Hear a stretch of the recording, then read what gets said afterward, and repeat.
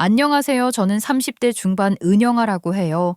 저는 소위 말하는 의사 사모지만 어디 가서 누구한테 제 남편 의사라고 떠벌린 적도 없거니와 그렇다는 걸 누가 알아도 안 믿을 것 같기도 해요. 의사 사모라는 표현 자체가 어떻게 보면 좀 자극적인 것 같기도 하고 그렇잖아요. 의사가 많다고는 해도 그래도 아직 우리 사회에서는 의사라는 직업이 갖는 상징성이 있다 보니 그런 것 같아요. 의사도 의사 나름이고 수익도 천차만별에 그 커뮤니티 안에서도 계급 차이라고 해야 할까? 그런 게 너무 심하다 보니 의사 남편 둔 사람으로서 의사 사모라는 말에 색안경부터 끼는 사람들이 있는 건 좀 억울할 때도 있어요. 물론 의사랍시고 특권 의식을 갖고 있는 사람들이 더 문제인 것 같긴 해요. 집안에 의사 하나 있으면 식구들 모두 어깨에 힘 들어가고 그러는 걸 쉽게 볼 수 있기도 하니까요. 제가 오늘 하려는 제 이야기도 결국 크게 보자면 그런 틀 안에 있는 이야기일 수도 있을 것 같습니다. 그렇지만 그저 그런 빤한 이야기는 아니니까 관심 갖고 들어주시면 제가 더 힘이 날 것 같아요.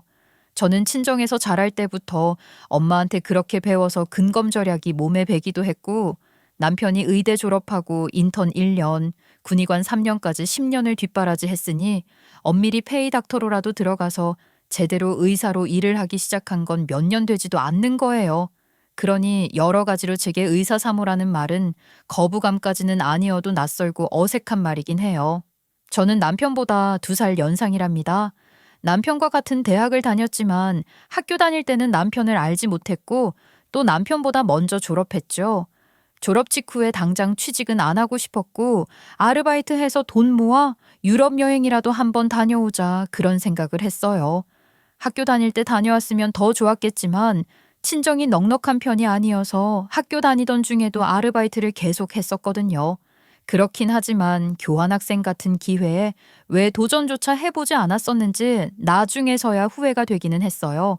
그래서 더 늦기 전에 그런 경험이나 도전을 해보고 싶었던 것 같아요.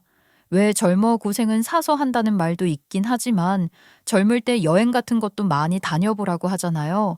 여행은 체력이다 하면서 말이에요. 그래서 졸업하면 돈 모아서 유럽 여행을 가야겠다는 생각을 점점 구체적으로 하고 있었죠. 저희 학교에서 전공을 막론하고 진행하는 필수 프로그램이 있는데요. 한 달에 한 번 교수님과 학생들이 개인 면담 시간을 갖는 거였어요. 졸업반이었던 저는 그 프로그램을 진행하면서 제 담당 교수님님께도 그런 제 계획을 말씀드리곤 했었죠. 그런데 졸업하고 나서 그 교수님께 연락이 온 거예요. 학교 의과대학에서 기간제 행정조교를 뽑는데 페이가 나쁘지 않으니 다른 아르바이트 하는 것보다 훨씬 나을 거라며 지원해보라고 하시더라고요. 제가 관심이 있다고 하면 교수님께서 그쪽 학과에 말씀 한 번 전해주신다고 하시면서 말이죠. 행정조교는 꼭 그 과 졸업생이 아니어도 되는 거니까 어느 학과든 상관없는 거잖아요. 조건을 보니까 교수님 말씀처럼 확실히 괜찮아 보였고 그래서 감사한 마음으로 하겠다고 했던 거예요. 남편은 그렇게 제가 의과대학 행정조교를 하면서 만나게 된 거였어요.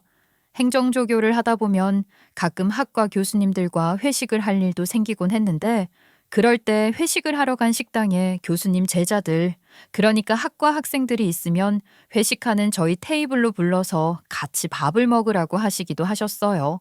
그렇게 학생들과 합석을 하게 됐을 때 교수님들께서 저랑 잘 어울리는 것 같다고 부추기던 학생이 있었는데 그게 바로 남편이었어요. 처음 만났을 때 남편은 본과 2학년을 끝내고 3학년에 올라갈 시점이었는데 사귀고 나서 몇 달쯤 됐을 때 남편이 그러더라고요. 사실 난 의대가 적성에 안 맞는 것 같아. 너무 재미도 없고 내가 이 공부를 왜 하는지 정말 모르겠어. 그래서 그냥 그만둘까 싶어. 정말? 다들 힘들다고 하니까 자기도 그냥 그렇게 힘들어하는 건 줄 알았더니 그만둘 생각까지 하는 줄 몰랐어. 아이, 부모님께도 말씀은 드린 거야? 당연히 말씀드렸지. 본과 1학년 마치고부터 줄곧 그런 생각이 있었는데 그래도 참았어. 그러다가 이제는 정말 아닌 것 같아서 그만두겠다고 말씀드렸는데 당연히 뭐 반대하시지. 난리 치시기도 하셨고. 그렇지만 부모님이 나 대신 학교를 다녀주실 것도 아니고 내가 못하겠다는데 어쩌시겠어.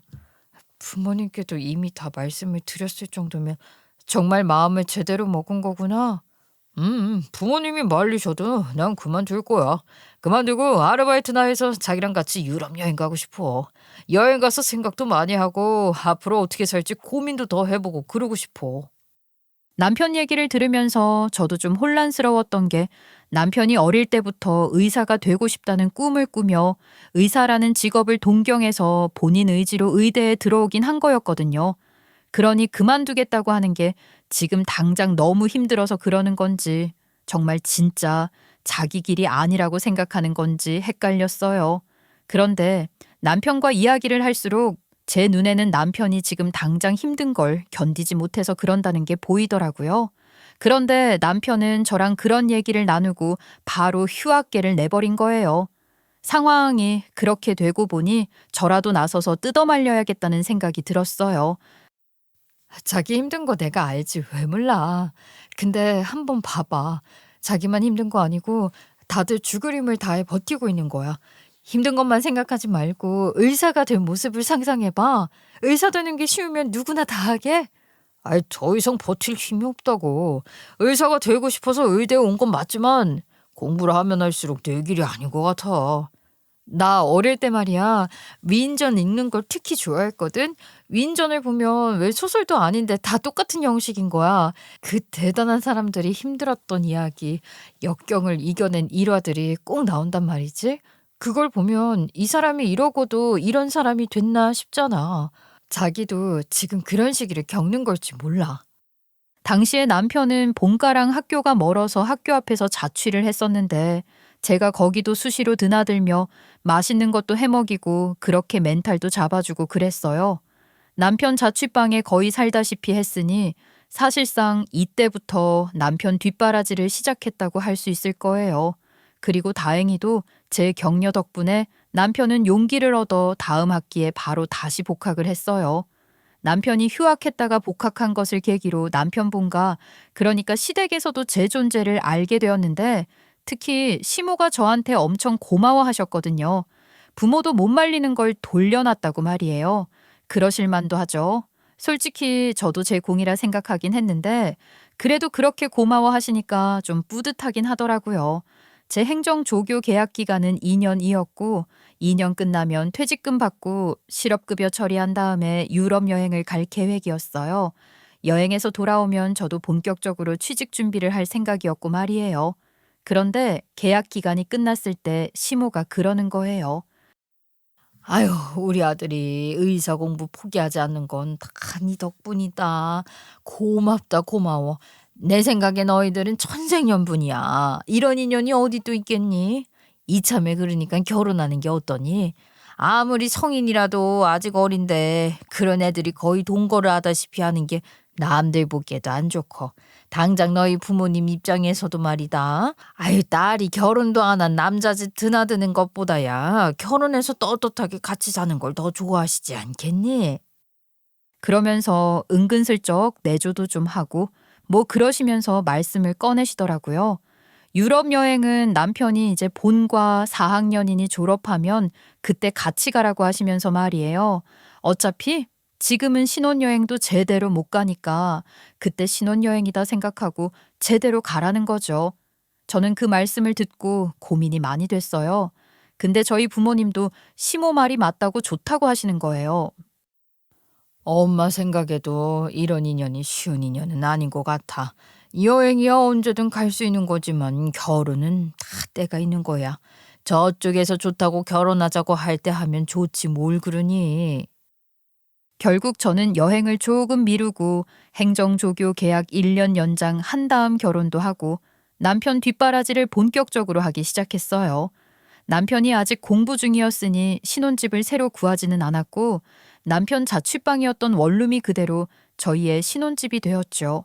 본과 4학년부터 인턴 기간까지는 남편도 남편이지만 저도 정말 너무 힘들었어요. 졸업하고 의사고시 준비하는 동안 그리고 자연스럽게 바로 인턴 수련의 생활이 시작되면서부터는 집이 코앞이라도 병원에서 자기 일수였고 남편도 일이 너무 힘드니까 예민해져서 짜증도 부쩍 많이 내고 그랬던 것 같아요. 그래도 얼마나 힘들면 저럴까 싶은 마음에 안쓰러워서 더 잘해주고 싶었답니다. 병원에서 뭐 제대로 챙겨 먹지도 못할 것 같아서 낮에 일하고 퇴근해 오면 저녁에 도시락 싸서 남편 갖다 주는 게 일상이었던 것 같아요. 그나마도 얼굴 한번 보기가 어려워서 늘 도시락만 갖다 놓고 오고 그랬어요. 그런데 그 와중에 아이가 생겨버린 거예요. 남편 수련이라도 끝나고 나면 가질 계획이었는데 뭐가 잘못됐는지 덜컥 임신이 되어버린 거죠. 시모는 손주 생겼다는데 반가운 기색보다는 임신했다고 자기 아들 내조 뒷전일까봐 그 걱정을 먼저 하더라고요. 그 소리 듣기 싫어서 제 몸 힘들어도 변함없이 남편을 잘 챙기려고 했어요. 그리고 뭐 임신까지 하게 됐으니 자연스럽게 제 유럽 여행 계획은 멀리 멀리 날아가게 된 거죠. 남편이나 시댁이나 일부러 그러는 건지 언급 자체를 안 하더라고요. 그렇게 돼서 어떡하니 속상하겠다. 뭐 그런 말 한마디를 안 하는 거 있죠? 지옥 같던 인턴 1년이 끝나고 남편은 재활의학과 전공의 과정에 지원했는데 그게 똑 떨어지고 만 거예요. 원래 인기 과목이기도 하지만 그 해에 유난히 더 몰렸다고는 했어요. 그래도 설마 떨어질 줄은 몰랐거든요. 그런데 떨어지고 만 거죠. 그걸로 남편은 또 엄청나게 낙담해서 그런 남편 달래는 것도 일이었답니다. 전공의 과정에서 떨어진 남편은 결국 군의관 입대를 하게 됐어요. 공보위가 됐으면 좋았을 텐데 바라던 대로 되지 않았지만 중위 군의관으로 간 것 치고는 발령지도 괜찮게 받았어요. 전문의 따고 대위 군의관으로 가게 되면 사단의무대나 국군병원 같은 데 근무하게 될 가능성이 크지만 중위 군의관은 그렇지가 않아서 너무 먼 곳으로 발령이 날까봐 걱정했거든요. 그래도 서울에서 그리 멀지 않은 곳으로 발령이 났으니 그것만 해도 감사한 일인 거죠. 시모는 서울에서 그리 멀지도 않은데 저더러 남편 따라가서 거기서 애도 낳고 애 키우며 내조하면 되겠다고 하시더라고요. 그 생각을 저도 안 한 게 아닌데 저도 다 계획이 있었단 말이에요. 아이 낳으면 친정엄마한테 좀 봐달라고 부탁드리고 휴직 없이 그동안 착실하게 돈 모아서 남편 전역할 때쯤엔 원룸 탈출해서 거실 있는 집으로 이사 가겠다는 계획이요. 그렇게 말씀드렸더니 시모도 별말 안 하시대요. 그러니 제 계획대로 저는 서울에 남았고 남편 입대하고 얼마 후 저는 딸을 낳고 육아를 좀 하다가 취직했어요. 친정 엄마 도움으로 주중에는 회사 다니고 주말에는 음식해서 남편한테 다니며 3년을 또 그렇게 뒷바라지 했습니다. 남편은 제대 후 전문의 제도전도 생각하는 것 같더니 생각을 바꿔서 일반의 상태로 피부과 일을 배우겠다고 했어요. 사실 저는 피부과가 돈을 아무리 많이 번다고 해도 여자들 얼굴 관리하는 에스테틱이랑 다를 것도 없는 피부과보다는 조금 더 의사로서 보람을 느낄 수 있는 진료 과목이면 좋겠다고 생각했었기 때문에 조금 실망했어요. 남편 생각도 그랬어요.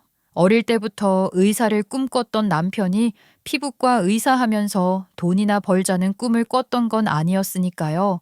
재활의학이나 마취통증 같은 쪽으로 전문의를 따고 싶어 했는데 군의관 다녀오더니 수련회 생활 4년이나 더 못할 것 같다며 결국 피부과로 타협을 하더라고요. 우선 일을 좀 배우고 몇 년 후에 개원하겠다는 목표로 피부과 페이닥터로 취직을 했어요. 전문의 따는 것을 포기하긴 했지만 어쨌거나 드디어 제대로 월급 받는 의사가 된 것이니 축하할 일이었죠. 시모는 남편이 전문의 따기 위한 과정을 밟지 않고 피부과 페이닥터로 들어간 걸 오히려 더 좋아하는 눈치였어요. 아이 전문의 따봤자 뭐하냐? 내 아들 고생만 더 하지. 피부과는 일반이가 더 많다며. 일반이면 어때? 돈도 잘 벌고 사람 목숨 왔다 갔다 하는 일도 아니고. 아유 얼마나 좋냔 말이야. 아유 나는 내 아들 의사 한다고 했을 때 그렇게 늘 긴장하면서 살아야 하는 게 영 마음이 안 좋았는데 피부과 하겠다고 하니까 내가 얼마나 반가운지 몰라. 그러면서 좋아하셨고 신나 보이셨어요. 그리고 남편과 저는 계획했던 대로 병원 앞 원룸을 탈출해 작은 아파트로 이사했답니다. 시모와 남편은 그동안 수고 많았다며 내 공을 인정해주고 많이 축혀 세워주고 그러더라고요. 솔직히 고생 많았던 게 사실이고 그런 인사받을 만하다 생각했지만 그래도 인사받으니 좋긴 좋았던 것 같아요. 그런데 시모는 남편과 제가 결혼할 때 연애하던 시절부터 은근히 아들이 의대생인 것을 과시하려는 경향이 있었거든요. 그래요, 뭐. 아들이 의대생이니 얼마나 자랑스러우시겠어요. 당연한 거죠. 그걸 뭐라고 하는 게 아니에요. 그냥 자랑스러워 하는 게 아니라 자기 아들 잘난 것을 빌미로 저나 제 친정을 슬쩍슬쩍 무시하려는 그런 게 있었단 말이죠. 게다가 시모 또한 그 시절에 대학까지 나온 나름 배운 여성이었으니 더 콧대 높게 그랬던 것 같기도 해요. 저희 친정 엄마는 전업주부로 대학은커녕 고등학교도 못 나와서 중졸인데 학벌로 시모가 좀 이상하게 굴었던 적이 덜어 있었습니다. 엄마가 손재주 좋은 금손인데 특히 뜨개질 감각이 남다르셨어요. 뜨개질을 유난히 좋아하기도 하셔서 취미 삼아 이것저것 소품도 많이 만들곤 하셨는데 시모 가방도 하나 만들어서 선물한 적도 있었거든요. 시모 생일이었는데 남편 인턴 할 때였어서 남편은 시간을 빼는 게 쉽지가 않았고 게다가 시모랑 밥 먹을 시간 있으면 잠이나 더 자겠다고 그러는데 그렇다고 제가 시모랑 단둘이 만나려니 어색할 것 같기도 해서 친정엄마랑 셋이 같이 밥을 먹었던 거예요. 그러면서 엄마가 뜨개질한 가방도 선물했었어요. 세상에 세상에. 솜씨가 어쩜 이렇게 좋으세요? 그냥 취미로 하시는 게 맞아요? 그 뭐 뜨개질 학과를 나오셨나? 그런데 안 싸도는 대학은 어딜 나오셨어요? 시모는 엄마가 선물한 뜨개 가방을 받아들고 칭찬을 하더니 뜬금없이 대학은 어딜 나왔냐며 운을 떼더라고요. 제가 괜히 마음이 그래서 엄마 눈치를 보게 되던데 엄마는 그런 제 마음을 읽으셨는지 괜찮다는 표정을 제게 지어 보이시고는 시모에게 있는 그대로 담담하게 말씀하셨어요. 아유, 저는 대학 공부를 못했어요. 집안 형편이 안 좋기도 했지만 제가 대학 갈 정도로 공부를 잘한 것도 아니고 중학교까지 못 나왔답니다. 중학교. 그래서 그렇게 집안일을 잘하시는구나. 이런 것도 잘하시고. 우리 며느리가 이런 사부인을 보고 자랐으니까 그렇게 배워서 내조를 잘하나 봐요. 남편 공경하고 내조 잘하면 됐지. 아유, 저는 뭐 더 바라는 것도 없습니다. 엄마가 어렵게 대답한 걸 듣고 시모가 이러는데 곱씹을수록 진짜 기분이 묘한 거예요. 겉으로는 칭찬인 것처럼 하지만 그래서 집안일을 잘하는구나라는 게 대체 무슨 말이죠? 공부 제대로 못한 엄마를 무시하는 것 같고 그러면서 저한테도 잘난 거 하나 없으니 남편 내조나 잘해라 뭐 그러는 것처럼 들려서 기분이 나빴어요. 엄마도 기분이 그랬을 텐데 시모랑 헤어지고 나서도 제 앞에서 그런 내색은 따로 안 하시더라고요. 괜히 제 속만 더 상할까 봐 그러셨을 거예요. 그러니 제가 엄마한테 더 미안해서 혼났던 기억이 있어요. 그랬던 시모이니 아들이 진짜 의사가 되어 취직해서 병원 다니고 있으니 얼마나 기세등등했겠어요. 그런데 그 와중에 남편마저 돌변하는 거예요. 제 남편이 그런 생각을 하고 있는 줄도 모르고 저는 남편이 집에 가져오는 첫 월급을 기다리고 있었답니다. 그런 제게 남편이 하는 말이 갑자기 생활비를 따로 쓰자고 하는 거예요. 아파트 관리비 같은 공과금이나 애 밑에 들어가는 돈 같은 건 반 낼 테니 계산해서 알려주고 그 외에는 각자 버는 걸로 알아서 쓰자. 나는 어차피 집에서 밥도 거의 안 먹잖아. 게다가 밖에서도 돈 쓸 일이 너무 많아서 집에 생활비까지 내놓기 힘들 것 같아. 뭐야, 이제 나도 드디어 제대로 된 남편 얼굴 구경 좀 해보나 했더니 좋다 말았잖아. 밖에서 나가는 돈이 그렇게 많아? 하긴 뭐 또 사람들도 만나고 이리저리 돈 쓸 때가 많긴 하겠다. 남편에게 좋다 말았다고 말한 건 정말 완화해서 표현한 거고요. 사실 진짜 서운하고 김 빠졌어요. 남편이 의사가 되기까지 고생 많았지만 저 또한 남편 내조하면서 같이 고생했기 때문에 그 즐거움도 같이 누리고 싶었는데 뭔가 남편 혼자 다른 세상으로 가버리는 것 같은 기분이 들었던 것 같아요. 그래도 막 의사가 됐으니 사람들도 만나고 이리저리 돈 쓸 때가 많겠다 싶어서 최대한 남편 입장에서 이해하려고 했어요. 근데 그러면서 가만히 보니 남편은 지 혼자 좋은 옷, 좋은 신발, 좋은 가방 같은 것들도 사들이기 시작하고 골프 회원권도 끊고 아주 럭셔리하게 살기 시작더라고요. 언젠가 한 번은 우연히 남편 카드 내역을 보게 됐는데 식당도 좋은 데만 다니는 거예요. 저한테는 외식 한번 하자 소리 안 해놓고 지 혼자 그러고 다니는 게 얄밉기도 하고 서운하기도 해서 한마디 했더니 뭐라는 줄 아세요? 내가 나 혼자 잘 먹고 잘 살겠다고 이래? 내가 뭐 나 혼자 좋자고 이러는 건 줄 아냐고. 최소한의 품위도 유지해야 하고 또 잠재적인 인맥 관리 차원인 거지. 이런 걸로 뭐라고 하기 시작하면 어쩌라는 거야. 그래서 내가 생활비 각자 따로 쓰자고 했던 거라고. 당신이 이런 식으로 시시콜콜 다 알려고 하고 간섭하고 그러는 거 숨 막혀서 말이야. 내가 뭘 또 그렇게 사사건건 시시콜콜 그랬다고 그래. 우연히 카드 내역서를 보게 됐고 좋은 식당에서 밥 먹었네. 나도 한번 데려가지. 그 소리 한 번 한 게 그렇게 숨 막힐 일이야? 됐어. 앞으로 그딴 소리도 안 할 테니까 걱정 마. 치사해서. 기분도 나쁘고 자존심이 상해서 그렇게 지르긴 했지만 너무 서운한 거예요. 그러나 서운한 것과 상관없이 남편이 의사가 된 후에도 저는 더 악착같이 살게 됐던 것 같습니다. 그러다 저는 회사를 그만두고 엄마랑 같이 봉제 공장을 다니기로 했어요. 다니던 회사가 뭐 그렇게 대단히 좋은 곳이라고 할 수는 없지만 멀쩡하게 다니던 회사 그만두고 뜬금없이 봉제 공장이냐고 하겠지만 다 생각이 있고 계획이 있어서 그런 거니까 제 얘기를 더 들어주시기 바랄게요. 나중에 다 얘기가 나오니까 조금만 더 기다려주세요. 하여간 그렇게 결정했을 쯤 친정엄마가 저희 집에 와 계실 때 시모도 제가 해둔 반찬 받아가겠다고 저희 집에 들렀는데 엄마랑 저랑 봉제 공장 다니기로 한 거 들었다면서 또 슬슬 입을 떼기 시작하는 거예요. 아니 안 사돈이야. 소일 삼아 그런 데 다니면 집에서 노는 것보다 돈도 벌고 좋겠죠. 잘하신 거예요. 네. 그런데 며느리가 잘 다니던 직장까지 그만두고 거길 같이 날아간다고 해서 어찌나 놀랐는지. 뭐 모녀간에 보기 좋다고 할 수도 있겠지만 바깥 사돈은 별말 안 하시나요? 무슨 뭐 그냥 열심히 잘 다녀봐라 그러고 말던데요. 저희 집 양반이 그렇게 다정한 사람도 아니고 말이에요. 그래요? 바깥서도는 그 대학도 나오셨다고 하시던데 의외네요. 대학 공부까지 시킨 딸이 회사 그만두고 중졸, 고졸 아무나 다 다니는 그런 공장에 다니겠다고 하는 걸 듣고도 별 말씀을 안 하셨다고요? 저는 한바탕 집안에 난리가 나는 건 아닌가 싶어서 걱정돼서 여쭤본 거죠. 진짜 어이없더라고요. 뭐 결론만 걱정돼서 그런다는 거지.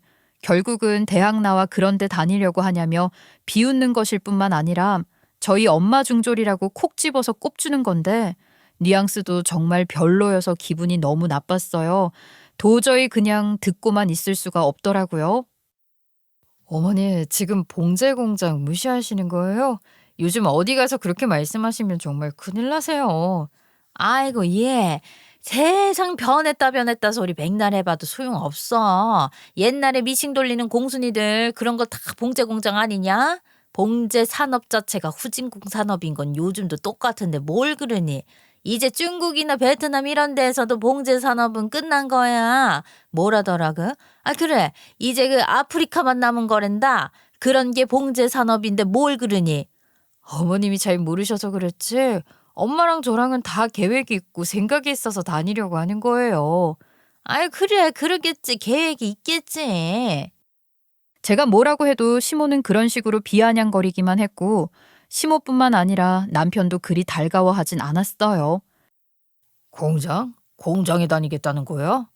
왜? 작은 회사라도 사무직인 게 낫지. 공장은 무슨 공장이야. 사람들이 알면 나더러 뭐라고 하겠어.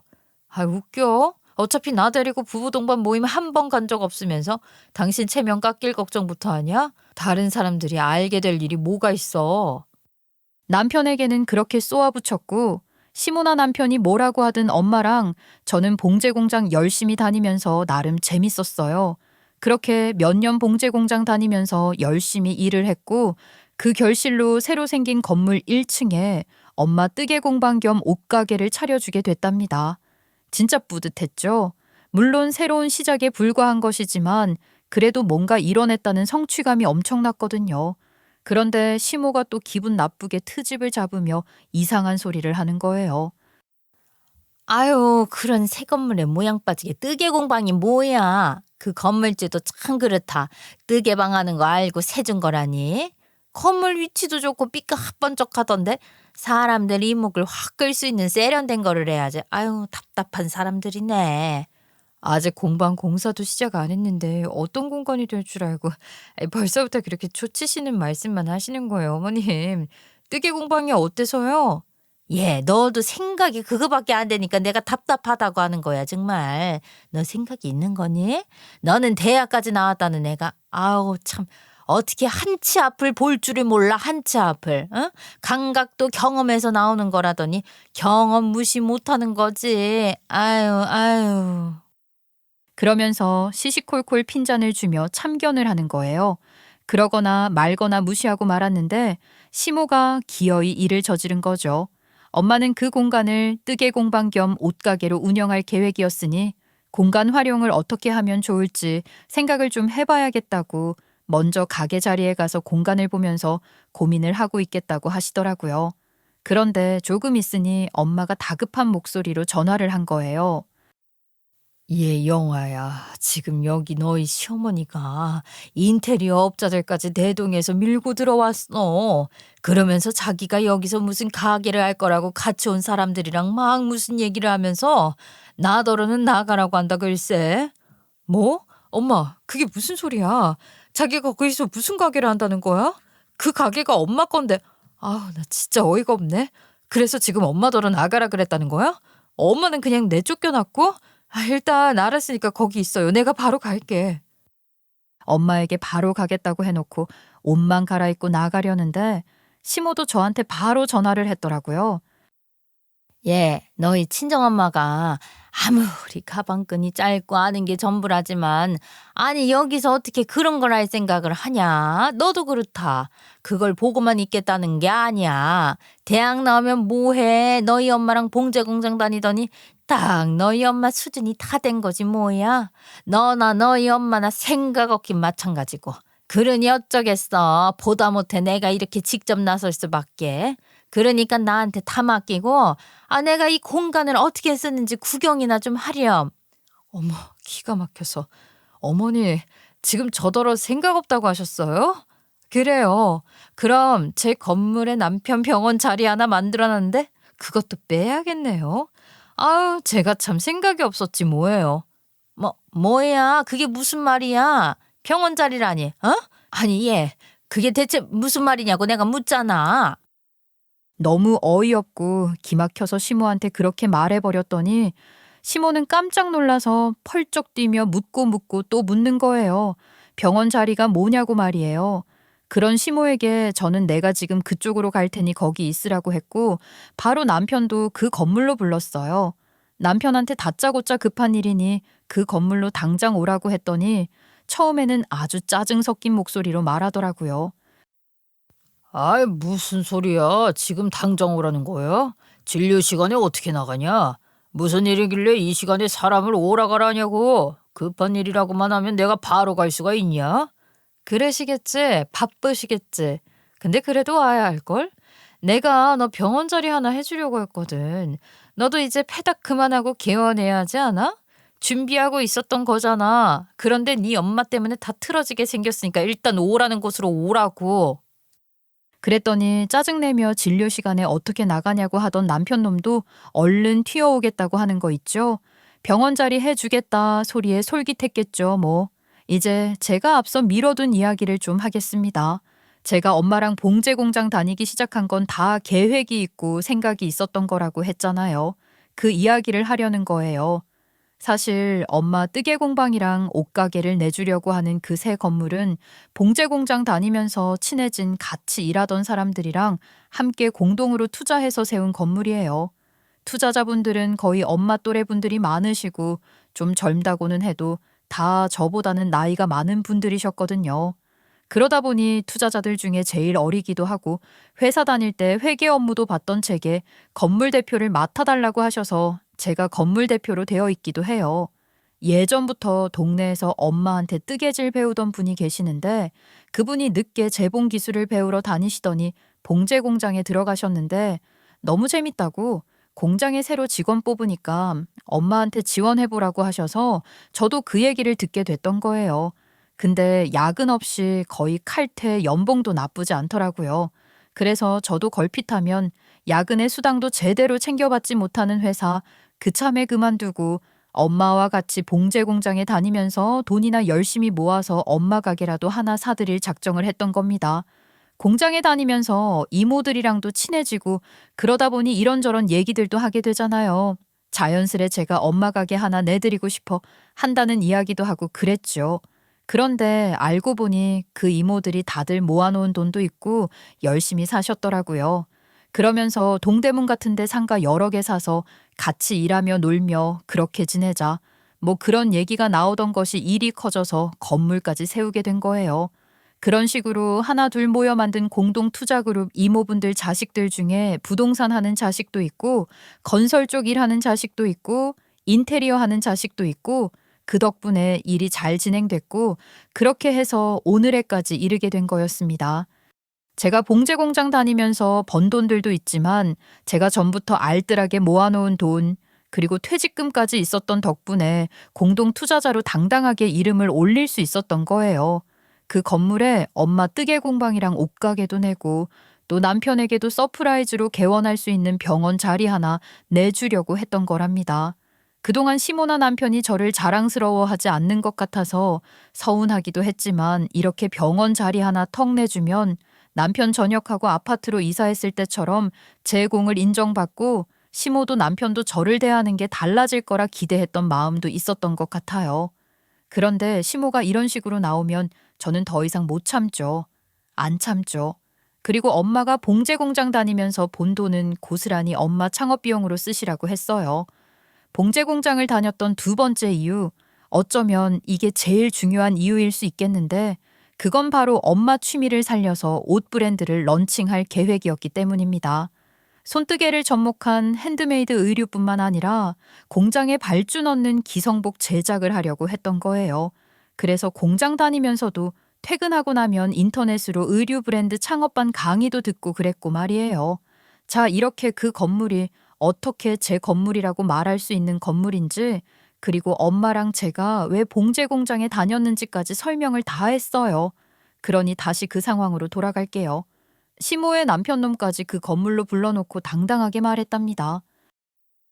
이 건물은 내가 공동으로 투자한 건물이고 여기 상가 자리 하나 빼서 너 병원 열어주려고 했는데 네 엄마 봐. 우리 엄마 가게 할 자리에서 우리 엄마 내쫓고 인테리어 업자들까지 불러오신 것 좀 보라고. 이게 말이 되니? 너네 엄마 진짜 노답이고 너도 마찬가지야. 그동안 내가 참고 살아줬던 게 다 억울할 판이니까 너랑 이혼할 거야. 그리고 네 엄마도 신고하기 전에 네가 데리고 나가. 그렇게 남편놈한테 말하고는 바로 그 자리에서 공동명의를 갖고 있는 분들에게 전화 돌려서 피부과 들어오기로 한 거 취소됐으니까 다른 계약 진행하시면 된다고 말해버렸죠. 남편과 시모는 제가 그렇게 통화하는 것까지 보고 나니 그제야 실감이 나는지 그야말로 난리가 난 거예요. 무슨 소리야, 여보? 자기야, 일단 진정하고 얘기를 좀 하자, 어? 우리 자기 화 많이 났어. 이런 일이 있었으면 진작 얘기를 할 것이지. 내가 알았으면 우리 엄마 저런 짓 못하게 막았을 거 아니야. 부부는 일심동체 아니냐고. 내가 자기 맘 다 아니까 그만 화 풀어라. 그렇게 찌푸리고 짜푸리고 화내면 피부에 안 좋다. 내가 명색이 피부과 의사 아니야. 당신 그런 거 싫어하지만 티 많이 안 나는 걸로 관리 좀 받자, 응? 남편놈이 있지도 않은 애교를 떨어가며 꼴값 떨길래 어이없어서 화가 더 나더라고요. 지금 나랑 장난해? 내가 지금 너랑 놀자고 하는 걸로 보여? 어이없어서 정말. 꼴 같자는 소리 작작해. 정신 차리고 이혼소장 받을 준비나 하란 말이야. 그랬더니 이번에는 시모가 갑자기 자기가 데리고 온 인테리어 업자들한테 막 그러는 거예요. 여기 좀 잘 좀 봐주세요. 에? 여기 뜨개 공방할 건데 공간이 어떻게 잘 빠지겠어요? 시모가 갑자기 말을 바꾸니 같이 온 인테리어 업자들도 어리둥절 어이없어 하는 거죠. 예? 저 사모님 무슨 소리 하시는 거예요? 갤러리 카페나 북카페 할 자리라고 하셨잖아요. 가져온 자료도 다 그런 건데 갑자기 무슨 뜨개 공방이에요. 이러시면 저희도 곤란하죠. 제 눈치를 보면서 쩔쩔매는 남편도 꼴 같지 않고 그 상황에서도 어이없게 생쇼를 하고 있는 시모도 보기 싫고 황당해하며 어쩔 줄 몰라 하는 인테리어 업자들도 정신없어서 다 필요 없으니 다 나가라고 소리 꽥 질러버렸어요. 그랬더니 쭉 그냥 지켜보고만 있던 저희 엄마도 더 이상은 안 참고 소리를 지르시더라고요. 배운 거 없어. 봉제 공장이나 다니던 내가 하는 거라면 무턱대고 다 무시하더니 기껏 갤러리 카페나 북카페예요. 그건 뭐 그렇게 대단하고 다른 거람띠까. 그런 사고방식 자체가 썩어 빠진 거고 무식한 겁니다. 아시겠어요? 그렇게 엄마가 시모한테 바른 소리를 한 게 처음 있는 일이었죠. 시모는 아무 말 못하고 쫓겨났고 남편도 일단 후퇴인지 뭔지 지 엄마 모시고 나가긴 하더라고요. 그리고 저는 바로 변호사 선임해서 남편 병원으로 이혼 소장 보냈습니다. 어차피 합의가 안 될 테니 바로 소송 진행하는 거죠. 변호사 말이 남편이 그동안 본인도 경제활동을 하면서 정당한 생활비를 내놓지 않은 것은 가정을 방임하는 행위로 이는 충분히 이혼 사유가 될 수 있다는 거예요. 악이나 고의에 의한 유기와 방임 행위에 해당한다고 하더라고요. 배우자와 가정을 돌보지 않고 경제적으로나 정서적으로 방치한 모든 행위들이 이에 포함된다고 하길래 제가 바로 여쭤봤어요. 정서적으로 방치한 것들은 어떻게 증명해야 해요? 혹시 제가 쓴 일기장 같은 것도 증거가 될 수 있나요? 네, 가능해요. 그리고 그런 얘기를 일기장에만 쓰셨던 건 아닐 거잖아요. 남편이랑 휴대폰 깨톡 같은 걸로 대화하신 게 있다면 그런 것도 다 증거가 될 수 있습니다. 그동안 제가 남편이 낯설게 느껴지고 소원해진 것 같아 몇 번이나 데이트 신청도 하고 집에 와서 애기 좀 하자고 해도 번번이 남편이 피하기만 했던 깨톡 대화 같은 것들은 아주 넘치게 많았거든요. 뿐만 아니라 딸 어린이집 행사에 단 한 번도 온 적 없고 진료 외에 골프 약속이나 모임 등이 있다고 안 온 날도 있었어요. 그런 것들도 하나하나 다 증거로 첨부할 수 있다고 하더라고요. 인턴 시절부터 군의관을 지내는 동안에도 남편은 월급을 받았지만 한 푼도 생활비로 내놓은 적이 없었어요. 그 돈으로 본인 차 사고 뭐 그런 식으로 다 자기한테만 썼죠. 시댁에 간 돈도 있는 것으로 알고 있었기에 그런 것들도 다 추적해달라고 했어요. 페닥으로 취직해서 제대로 돈을 벌기 시작한 이후로 남편이 집에 내놓은 돈은 정말이지 기초적 것들, 관리비나 공과금 같은 건데 그거 다 해봐야 얼마 되겠으며 애 밑으로 들어가는 돈도 어린이집 보내는 돈처럼 실체가 명확한 것에 대해서만 반땅을 했지. 그 외 무수히 들어가는 다른 비용들은 다 제가 감당했었단 말이에요. 그러니 그동안 연애 시절부터 남편 의사 만들기까지 돈 한 푼 내놓지 않은 남편 뒷바라지 한 것, 그리고 돈벌이를 하면서도 집에 내놓는 돈은 말도 안 되게 적은 액수였고 나머지는 모두 본인을 위해서만 썼다는 것 등을 모두 감안하고 보상받을 수 있는 범위의 위자료를 청구했고 집은 당연히 제가 모은 돈으로 산 제 집으로 재산 분할 대상이 아니었습니다. 남편이 그 집 사는데 경제적으로는 물론이고 집안의 가장 가족 구성원의 한 사람으로서조차도 한 게 없잖아요. 딸 양육에도 관심조차 없었으니 양육권은 당연히 제가 가질 것이고 양육비도 소득 대비 최대로 청구했습니다. 그리고 너무나 당연한 거지만 저는 제가 원하는 조건으로 이혼할 수 있었어요. 진짜 웃기는 일이 하나 있었는데 이혼 소송이 한창 진행 중일 때 저희 엄마 뜨개 공방이랑 런칭한 옷 브랜드 장사가 꽤 잘 됐거든요.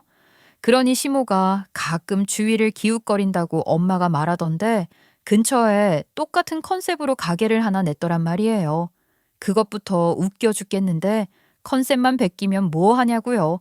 시모는 그런 재주가 없으니 어디 가서 싸구려로 파는 것들 떼어와서 팔고 엄마 가게에 사람 보내서 엄마가 파는 물건 사오게 해서는 어떻게든 카피 떠보려고 했나 본데 그게 쉬운 게 아니죠.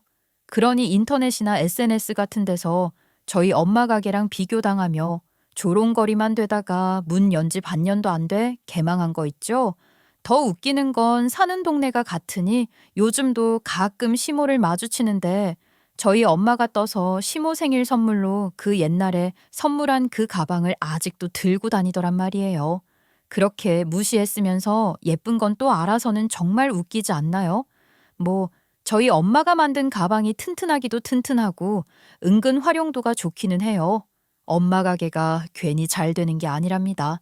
남편 놈은 저한테 이혼당하고 다니던 병원에서도 나왔어요. 사실 그 병원에서 배울 만큼은 다 배웠고 남편도 개원할 시기가 되긴 했었던 거죠.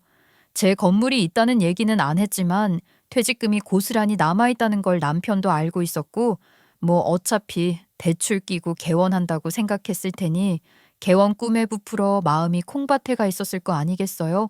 병원 근무 태도가 그리 성실하지 않았던 것 같아요. 그런데다가 동네 아줌마들 소문이 얼마나 무서운 건데 돈 벌어서 집에 한 푼도 안 갖다 주고 10년 뒷바라지한 마누라 찬밥 취급하다 이혼당했다고 소문까지 나서 병원에서도 곤란해진 거예요. 그럼 나와서 개원하면 되지 않냐고요? 그 인간 돈을 그렇게 벌면서 버는 족족 다 쓰고 그 와중에 카드도 있는 대로 다 긁었으니 거의 두세 달치 이상을 당겨 쓰고 있었던 데다가 저한테 위자료 해주느라 대출도 받았단 말이에요. 가진 돈 하나 없이 생짜로 대출받아 개원하려니 만만찮은 거죠. 게다가 소문이 자꾸만 퍼지고 있다니 덜컥 개원했다가 적자 보는 건 아닌지 걱정도 될 거고 그랬을 거예요. 그렇다는 건 알겠지만 그 와중에 저한테 찾아와서 한다는 소리는 정말 마지막까지 저를 빡치게 하더라고요. 아니, 내가 지금 이런 상황이야. 내가 더 구구절절 이야기하는 거 당신도 듣기 싫을 테니까 그런 얘기는 더 안 할게. 누가 구구절절 이야기하면 들어주기는 한데 들어줄 생각도 없는데 뭘 내 생각해서 그만하는 것처럼 말을 그런 식으로 해. 어이없게. 그래, 그렇지, 알았어. 그런 건 아무래도 상관없고 나 옮겨갈 병원 알아볼 때까지만이라도 양육비 보내는 거 좀 봐주면 안 될까? 지금 대체 무슨 소리를 하는 거야? 뭐가 어쩌고 어째? 양심 있니? 너란 인간 노답인 거 내가 진작부터 알고는 있었지만 이 정도로 막가자고 나올 줄은 몰랐는데. 야, 참. 내가 아직도 너란 인간을 과대평가하고 있었나 보네. 아휴, 그렇게 비아냥거리지만 말고 내 상황을 좀 생각해줘. 진짜 여유가 안 돼서 못 보낸다는 거야. 당신이 안 봐준다고 해도 내가 돈이 없어서 못 보내는 건데 어쩌겠어. 그래도 이렇게 당신한테 미리 얘기하고 부탁하러 온 거야. 뭐? 그래서 지금 나더러 고마워라도 하란 말이니? 기가 막혀서. 야, 말이야 바른 말이지. 네가 양육비 안 보내면 내가 가만히 있을 것 같아? 요즘은 양육비 안 보내는 인간들 다 공개하고 그러는 거 너도 알 거 아니야. 그 꼴 당할까 봐 쫄아서 온 거 모를 줄 알아? 너도 알 거 아니야. 나는 못할 게 없어. 아이 참, 왜 또 말을 그렇게 무섭게 하고 그래. 내가 안 보내겠다는 것도 아니고 자리 잡으면 밀린 것까지 해서 다 보낼 거야. 다 보낼게. 당연하지. 그러니까 당분간만 좀 봐줘. 봐줘? 내가 너랑 살면서 아니 너 휴학하고 의대 때려친다고 했을 때부터 너 어르고 달래면서 멘탈 잡아주고 내 돈 들여 몸에 좋은 거 해먹이고 사먹이고 결혼해서는 시댁 행사도 내가 다 챙기고 너는 그 대단한 의대 공부한다는 걸로 진짜 아무것도 안 했잖아. 그 세월을 내가 다 봐주면서 살았는데 이혼까지 한 마당에 뭘 또 봐달라는 거야. 어림없는 그딴 소리 그만하라고. 그래, 알아. 당신 진짜 고생 많았지. 그걸 내가 왜 모르겠어. 그걸 내가 제대로 갚지도 못하고 이렇게 돼서 정말 할 말이 없다. 진짜 미안해. 다른 건 안 바라니까 조금만 도와줘. 내가 제대로 자리를 잡아야 앞으로 양육비도 계속 보낼 수 있을 거 아니야. 지금 나 협박하냐? 내가 아직도 참아주고 있는 거 많다는 건 몰라? 너 소문이 얼마나 무서운 건지 맛 좀 봤지? 맛 좀 본 걸로 성에 안 차는 모양인데 어디 제대로 한번 느끼게 해줄까? 아니야. 안 돼. 제발 부탁이니까 그런 소문만큼은 참아주라. 아직 잠잠해지려면 시간이 더 걸릴 것 같은데 여기서 당신까지 나서면 난 어쩌라는 거야. 그러지 말고 당신이 좀 도와줄 수는 없을까? 뭘 도와줘? 내가 뭘 어떻게 해주길 바란다는 거야? 뭐 사람들 일일이 찾아다니면서 내 전남편 그렇게 나쁜 사람 아니에요 라고 해주기라도 바라는 거야? 양심도 없지. 네가 저질렀던 일들 일일이 까발려서 맘카페나 어디 뭐 병원 게시판에 폭로해야 정신 차릴 거야? 아, 당신도 참 그런 거 잘못하면 큰일 나. 이 사람이 겁도 없이 애 키우면서 그런 생각 쉽게 하는 거 아니야. 이미 나는 벌 받을 만큼 받고 있는데 당신이 그런 것까지 뭐하러 해. 그런 무서운 생각 그만하고 아니 나 좀 도와주라. 제발 나 좀 도와줘. 왜? 의사 아들 자랑스러워 죽던 그쪽 엄마가 가만히 안 있을 것 같다. 뭐 이거야? 뭐 처벌받을 각오하고 하면 못할 것도 없지 뭘 그래. 내가 못할 것 같아? 나 한다면 하는 사람인 거 잘 알지 않아? 난 내 딸한테도 하나도 안 부끄러워. 엄마가 왜 그럴 수밖에 없었는지 얼마든지 설명할 수 있거든. 내가 진짜로 할 수 있나 없나 어디 한번 보여줘? 그러면서 제대로 겁을 줬더니 전 남편 놈은 그제야 꼬리 내리고 도망을 가더라고요. 어디 시 외곽이나 그런 데 있는 병원으로 알아보겠죠 뭐. 모르겠고 빨리 취직해서 양육비 밀리는 일이나 없길 바라고 있어요. 저는 건물 대표로 건물 관리를 맡아 하며 월급을 받고 있고 건물에서 나오는 수익금도 배당받고 있어요. 그리고 엄마 가게 일도 같이 하고 있답니다. 50대 이상에게 반응이 좋을 건 예상했는데 의외로 개성 있는 옷을 찾는 젊은 세대한테도 인기가 꽤 좋더라고요. 젊은 층에서는 SNS 파급력이 엄청나니 그런 친구들이 엄마 모시고도 오고 그러는 걸 보면서 남다른 보람도 느끼고 있어요. 그분들도 저랑 엄마가 같이 일하는 걸 너무 보기 좋다고 해주시고 또 그런 게 홍보 효과를 가져오기도 하는 것 같더라고요. 엄마랑 이렇게 계속 브랜드 발전시키면서 예쁜 제 딸도 잘 키우고 그렇게 열심히 살 거예요. 전 남편 놈이나 이전 시모가 뭘 하며 어떻게 사는지 그런 건 이제 아무 관심도 없고 중요하지도 않아요. 새롭게 시작된 제 인생에 앞으로 얼마나 많은 일들이 펼쳐질지 그 생각만으로도 바쁘니까요. 오늘 제 이야기 어떠셨어요? 생각하셨던 의사사모 이야기랑은 확실히 달랐을 거라고 생각해요. 저는 제가 겪었던 일들을 이렇게 많은 분들과 나누면서 혹시라도 지금 예전에 제가 그랬듯이 더 나아질 거란 막연한 기대감으로 참고 사시는 분들이 계시다면 그분들에게 꼭 드리고 싶은 말씀이 있었어요. 막연한 기대감은 결코 희망이 아니란 겁니다.